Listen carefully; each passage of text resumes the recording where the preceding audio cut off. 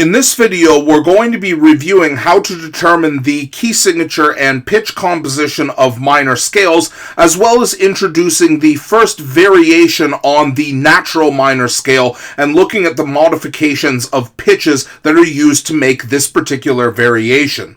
So first off, we're going to start from the beginning by using the major scale as the method to determine the relative minor, and then looking at the shortcut of determining the key signature of the minor scale directly by using the circle of fifths. So here, what we want to do is figure out what the relative minor scale of E major is, and we can do this first by figuring out the key signature of E major, and if we use the circle of fifths, let's count up perfect fifths because we know that E major is a sharp key: C, D, E, F, G, G, A, B, C, D, D, E, F, G, A, B, C, D, E. So we can see that going from C to E has gone up 4 perfect fifths, so that means that E major has 4 sharps, which are, of course, Father Charles goes down, F, C, G, and D. And if we write in our key signature, and then if we construct the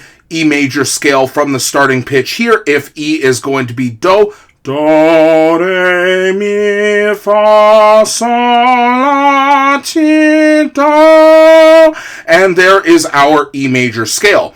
Now, if we want to use the major scale to figure out what the relative minor is, all that we need to do is find where La is, either by counting up to the 6th degree of the scale, do, re, mi, fa, sol, la, or we can count down from do to la, do, ti, la. And in either case, we determine that C sharp is going to be La, and therefore that C sharp minor is the relative minor scale of E major. So we can write that out like so.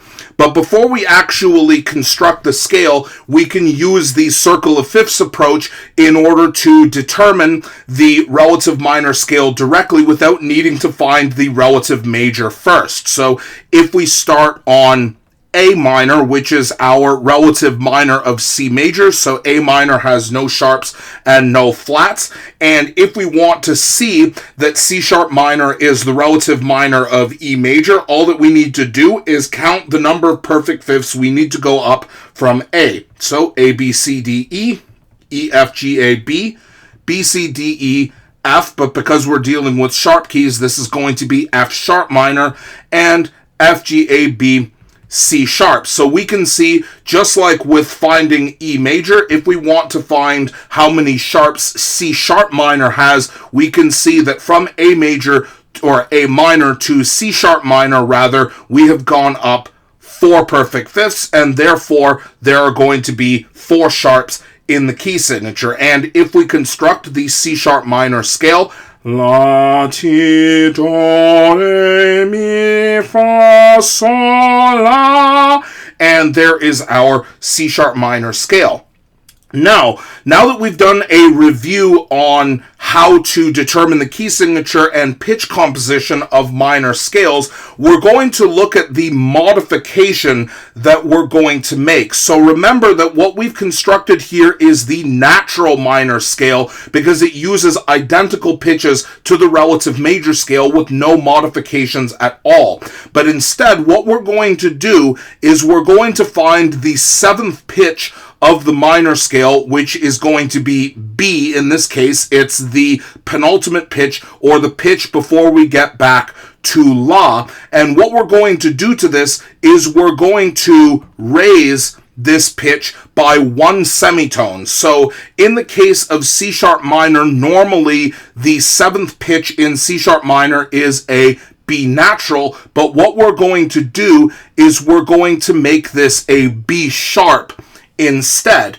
Now, what this does to the minor scale is, instead of being a whole tone between the 7th and 8th pitches of the scale, now this is a semitone, just like the difference between T and Do. Now, if you were to actually sing this modified form of the minor scale, instead of going sol, la, with the penultimate and final notes of the scale, we would modify this so it would be C instead, which means that you would sing this version of the minor scale, la, ti, do, re, mi, fa, si, la, and if you sing si, la, you should be able to hear the semitone between the two instead. Now, many people find that this gives the scale a little bit of an exotic flavor. A lot of people say that this gives it a Middle Eastern or Central Asian vibe, and if that helps to remember,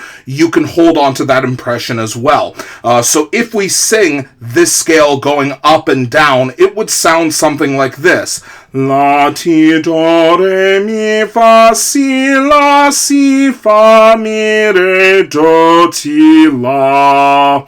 And this variety of the minor scale is what we call the harmonic minor, because this is the form of the scale that is usually used when you have multiple voices or multiple instruments playing together, because this semitone between the 7th and 8th notes in the scale is very important for the ends of musical phrases. But this will be something that will be explored when we talk about harmony.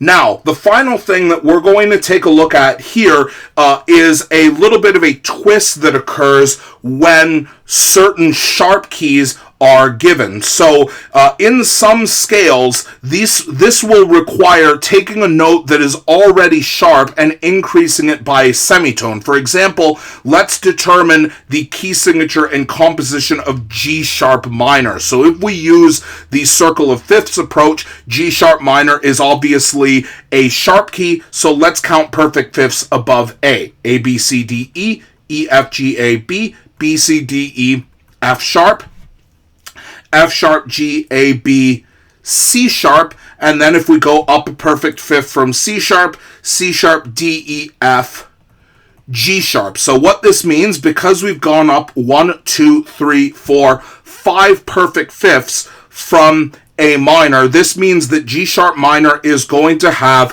5 sharps, which according to the circle of fifths and sharp order is going to be Father Charles goes down and F, C, G, D, and A. And my treble clef bias is showing because the A is actually supposed to be down here. Let's pretend that we didn't see that mistake. Now, if we actually construct the scale G sharp minor, G sharp would be here.